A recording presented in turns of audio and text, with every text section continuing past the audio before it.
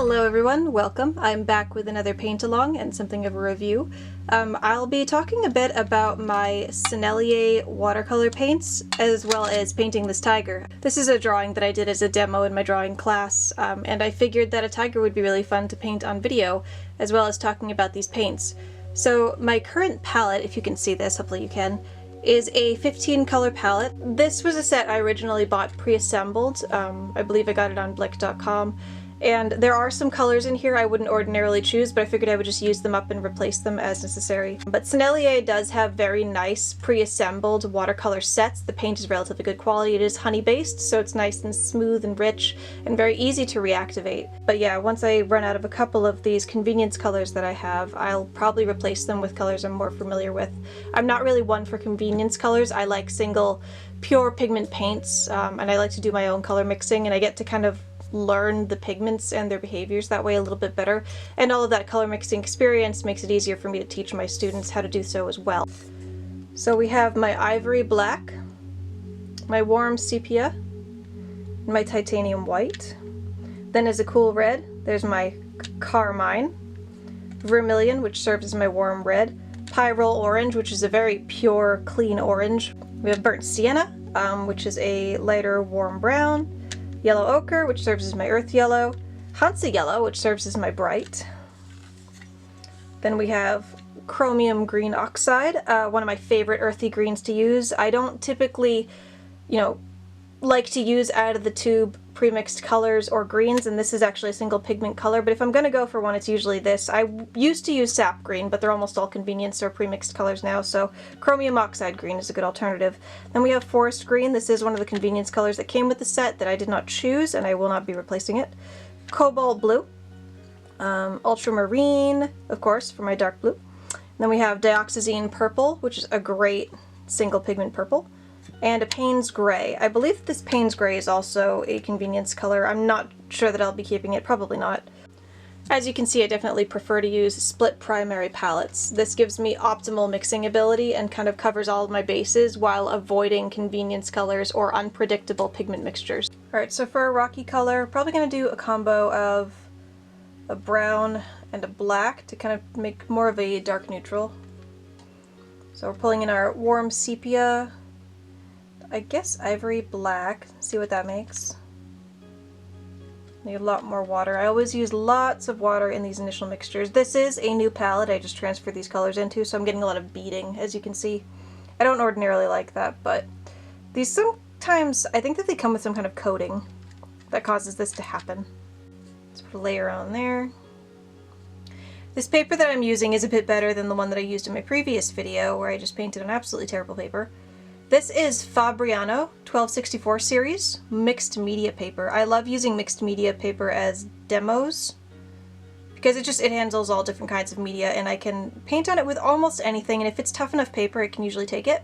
Now this is obviously not perfect for watercolor paintings, especially if you want those really smooth blendy washes, very nice granulation. This isn't perfect for that, but it's really not bad. For a mixed media paper, especially for a less expensive one, I think this does the job relatively well. Fabriano does make a professional watercolor paper, 100% cotton. I believe there's Fabriano Artistico. I do like that paper as well. I just don't use it for demos, which is why this is not on that paper. But this should go just fine. It is quite heavyweight though, so I'm not worried about applying too much water or abusing it. Let that portion dry a little bit, and then I'll do a slightly lighter, cooler wash over here. The light is kind of coming from over here, upper right hand side, so this side of the rock will in the end be lighter. If you're curious what brush I'm using for these large washes, this is the Silver Attelier Blending Quill Goat. A couple of goat hair brushes, very soft, hold lots of water. Good for initial washes, for sure. I decided to clean the palette off a little bit with some soap, see if that helps with the beading. We'll find out. Alright, so now I'm going to make kind of a cool color for this background, maybe a combination of greens. Let's see what we got. Some chromium oxide, some of this forest, which is really super pungent. I think it's mostly phthalo based. A little bit of color is okay. I really don't want to go crazy though. I think that greens and kind of coolish colors will offset the oranges and kind of golds in the tiger really nicely. That's green. There we go. I think I kind of like that. We'll see how this looks on the paper. So, yeah, I think that's a good color.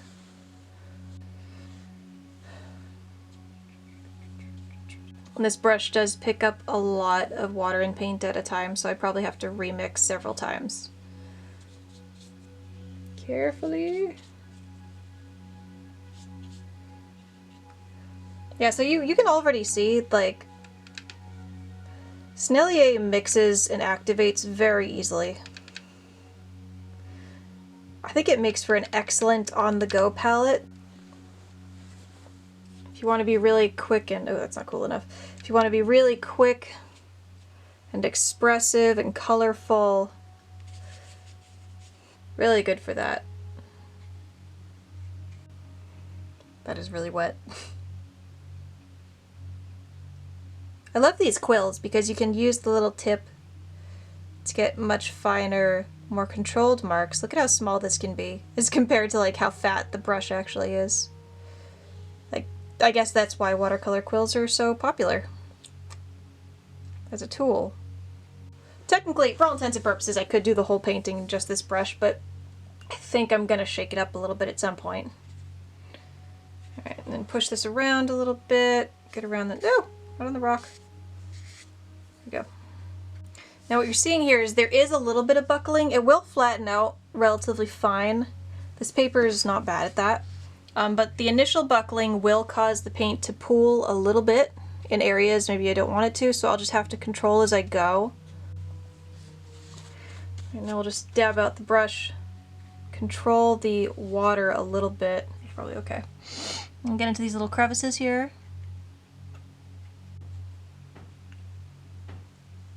Don't want to overwork the paper. It's probably a good place to kind of leave it. Actually, you know what? Scratch that. I'm going to put some earthy blotches in here. Some irregularity.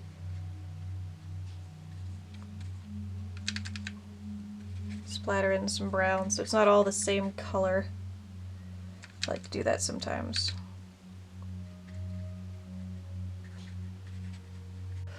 Okay, now the paper has mostly dried and settled in the background, so we're going to do a layer of some base oranges, get a little bit of values on there. And the stripes will of course come later, but I like to get some values on there first. Whenever you're dealing with small details, tight details, especially like spots and stripes, you want to have a good amount of base on there because you don't want to have to work around those small details to do larger swatches of color later.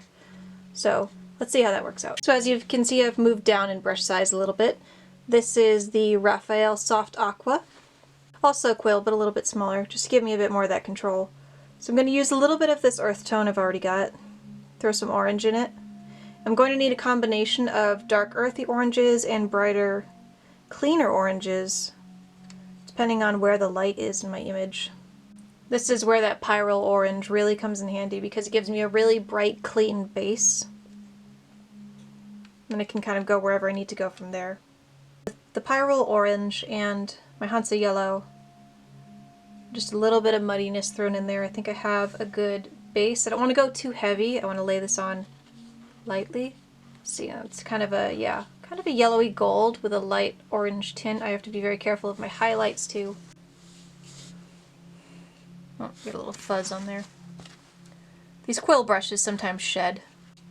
I'm gonna kind of put a base over everything that is orange. There's some areas that are actually white, like the under fur of the tiger. But I'm gonna put the base everywhere. Values require layers. So the more layers we have, the easier it is to get deeper values. So even though this bright goldish orange isn't everywhere, I'm gonna kind of put it everywhere. It's my base color for my tiger, except where it is white or much brighter than this.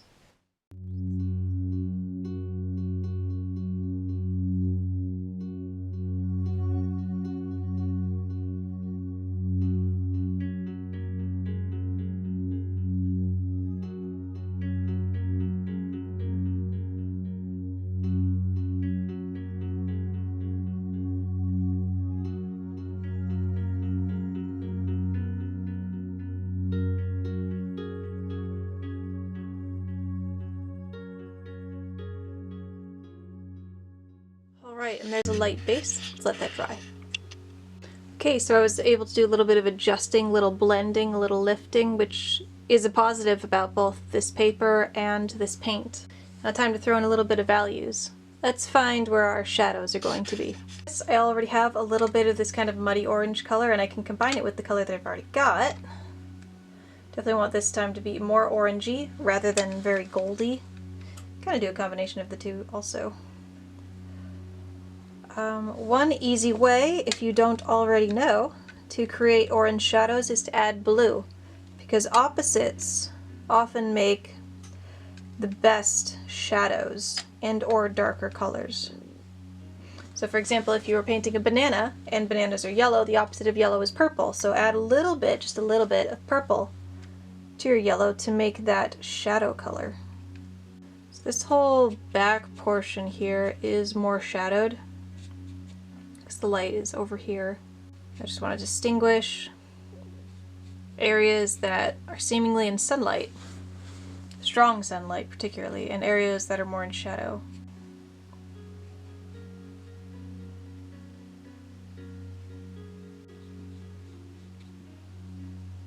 A lot of shadow here. A lot of shadow here, for sure. Back of this heel is kind of highlit. Gotta be careful how dark I go. Let off some color. That will be very shadowed. Down here. There's a lot of pale orange golds through this arm, but some of it here, a little bit here, is more of that earthy orange.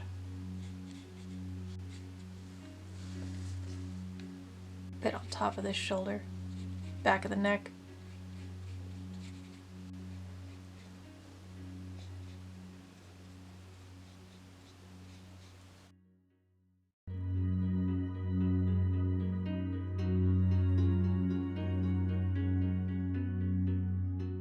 I'm not going to freak out too much about these uneven blends. I'll do a bit of blending and touching up, but I really don't have to go nuts because there will be stripes and darker values and other details and stuff that will hide a lot of that.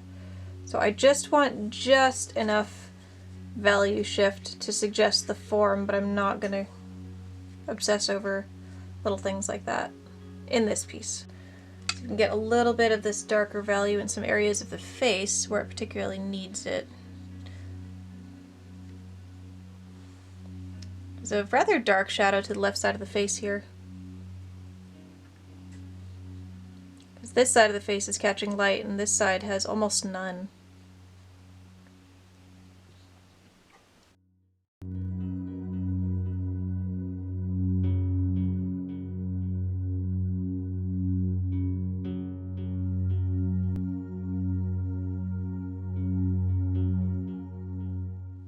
I'm just going to soften some of the brighter areas where there's more light.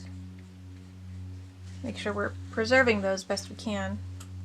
Alright, let that set, and then we'll do some of the white shadowing where there's not orange on the tiger, but it's still a little bit darker. Okay, we'd allowed that to settle a bit. I'm going to try to do some of these shadow kind of blue grays, which are actually shadow whites underneath our tiger. So I'm just going to combine more blue into the orange I've already got. This should about do it, but we'll see how it looks. This will appear in a couple other little areas. Ooh, that's too blue. Holy hell. I don't want that much. That's crazy. I suppose this also kind of goes down here under the foots.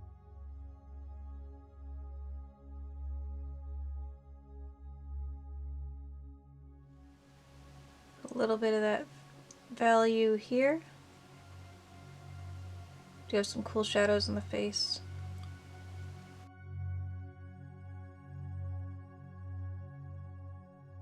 Alright, so now I'm just going to real quick lay in some deeper shadow oranges and really build up that value, and then we'll go in and be more precise and do some details.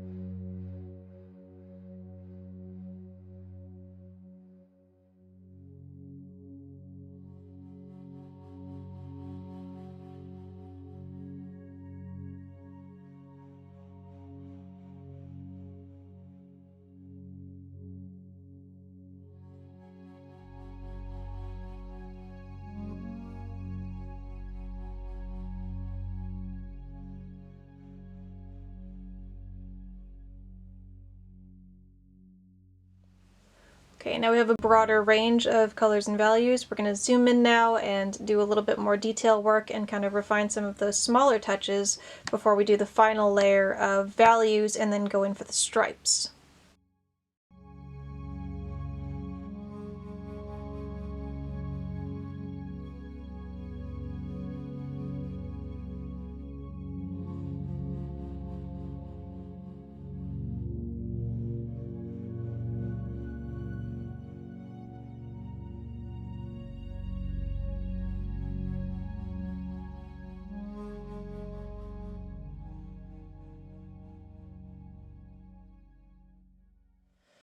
Alrighty, so now that we have some initial values and a little bit of base details, I want to do a little bit more work on the rock here. So throw in some of the shadows and a little bit more detail there so we can kind of leave it alone and just focus on the final layer of values and then finishing stripes and details on the tiger.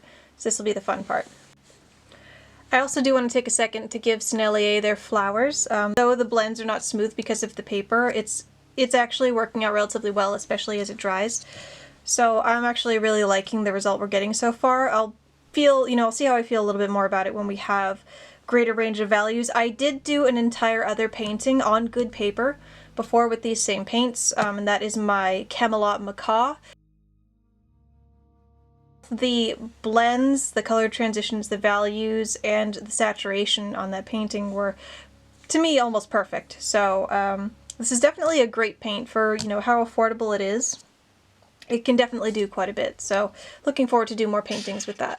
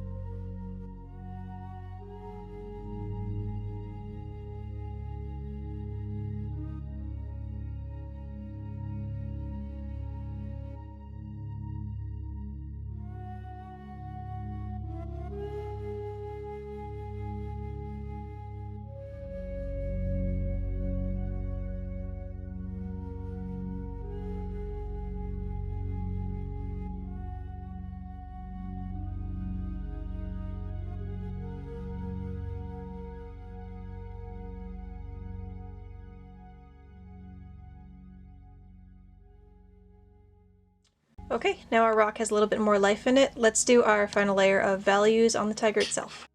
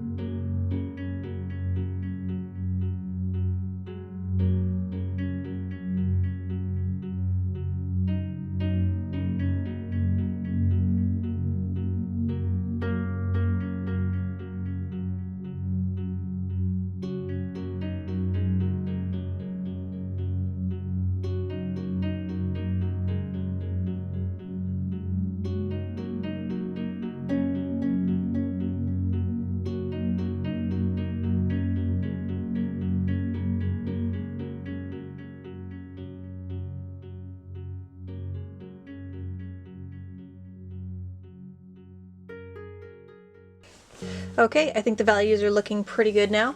I think we have enough of a range to communicate the light the way that I want to and to, you know, kind of feel out the form. So now we're going to do stripes and details, and then we'll see what we've got. Let's do it.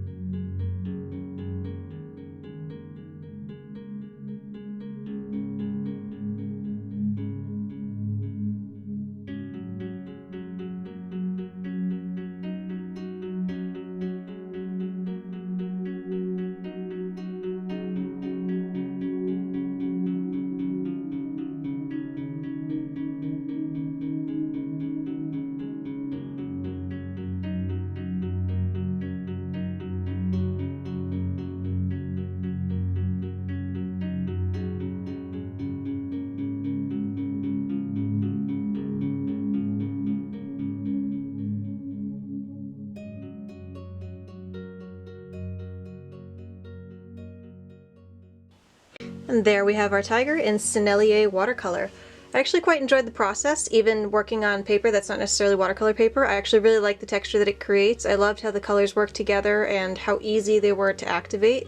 I felt that it was very easy to lift and layer. This isn't going to be my main palette. I'm probably going to do a lot of paintings with a couple of other palettes that I'll feature later in this channel. But I'm pretty happy with this. I think that, you know, for the size of it and the cost, it makes some very nice paintings, and I like how this came out. I do just want to say thank you to Aaron Blaise and Dustin Blaise of Creature Art Teacher for the reference photo. If you don't know who that is, Aaron Blaise is a former Disney animator, and he does provide how to draw courses on his website, and a lot of those courses come with free reference photos. And this tiger was one of the photos in their Big Cat course. So highly recommend checking him out if you want to learn to draw animals as well. There's so much quality content in there for such an affordable price. So that's Aaron Blaise at Creature Art Teacher, and his son Dustin Blaise is a photographer. Thank you so much for sticking with me to the end of this video. Hopefully you enjoyed the process and like my tiger here. Don't forget to leave a like if you enjoyed, and subscribe if you'd like to see more. Thanks so much everybody, have a beautiful day, and I'll see you in the next one. Bye!